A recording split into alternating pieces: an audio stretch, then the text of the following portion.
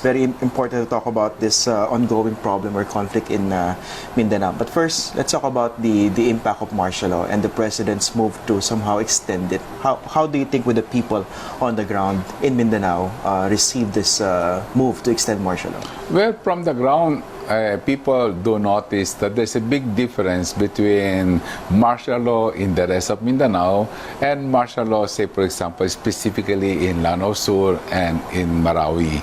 So outside of the traffic and checkpoints in the rest of Mindanao, hardly you feel what they call martial law. So it's for this reason that I do believe that the extension of martial law should be limited only in places really directly affected by the ISIS-inspired groups, either in one province or perhaps one region, and continue with the state of emergency for the rest of Mindanao.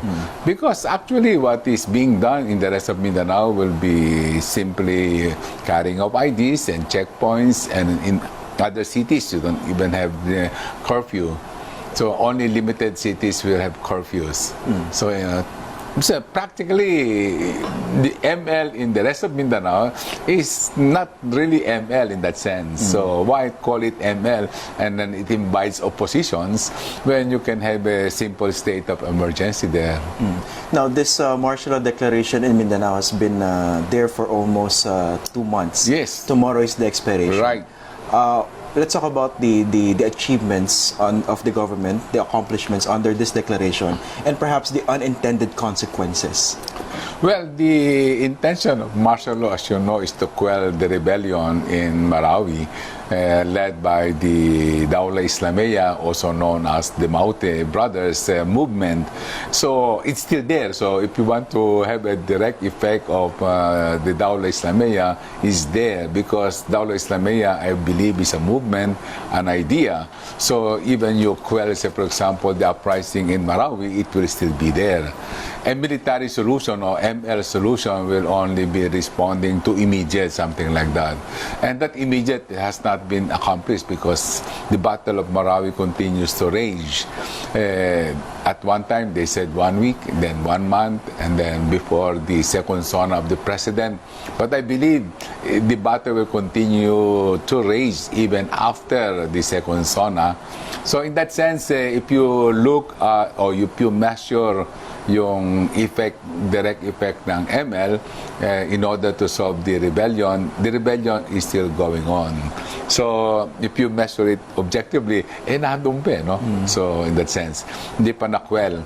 So that's supposed to be the ML main objective, is to quell the rebellion. And of course, another related question is, what can you achieve with an extension that you failed to do during the first 60 days? Yeah, that's another question. Kaya I'm moving for the ML perhaps in a limited scale to directly attend to the problem or to the question being confronted, which is the Dawla Islamiyya, and that will be either one city, one province, or perhaps one region at the most. And then the state of emergency in the neighboring provinces and neighboring regions. In that sense, you don't look at martial law as the panacea for this particular problem. Perhaps you look for deeper solutions, wider solution, and broader.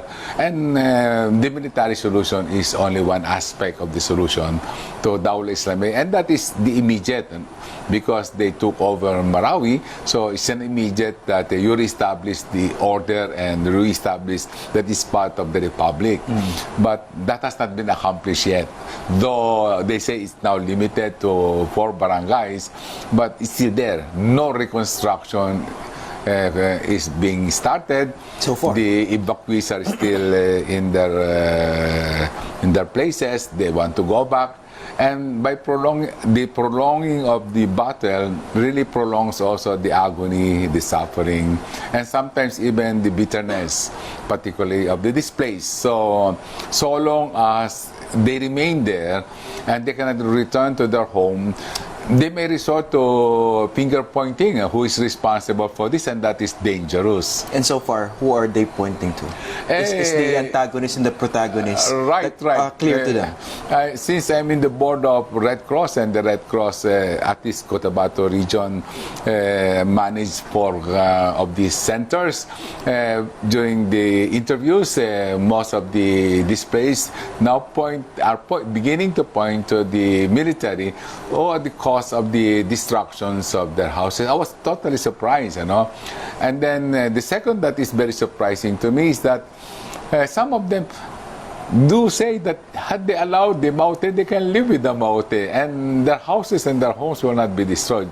So this is the danger of prolonging that war, and there will be changing of roles, and there will be changing also who are the protagonists and the antagonists, depending on the sufferings of the people. But how pervasive is that perception, that attitude? It could have coexisted with the Maute. Yeah, this is becoming really very common now, because when you watch the television, you do see. You see, the point is that I suppose the Maute belongs to us. You see, something like that. One of us, in the sense that we can live with them. Something like that is the gaining perception, because I suppose of the traumatic experience of being displaced, their homes being destroyed. So this will be inevitable. So. When people begin to reconstruct, when people begin to be rehabilitated, pick up the pieces and begin new lives, they might not pinpoint who will be responsible, because they'll be busy on reconstruction and picking up the pieces. But now in those places where they are displaced, so this will be inevitable. Now, how dangerous is that attitude? Well, that is very dangerous, in the sense that instead of controlling and containing the ideology and the idea, so they're gaining supporters. So that is very dangerous. The whole idea of fighting the Dawla Islamiyah is to contain it and to draw the line that these are only very few, and they don't enjoy massive support from the citizenship, and that is the beginning, actually. But if people suffer, the roles will be changing. Who will be the protagonist and the antagonist, as you say? So, because who are the major, say, agents in our suffering? Who are the protagonists in our suffering and our displacement? They start questioning that.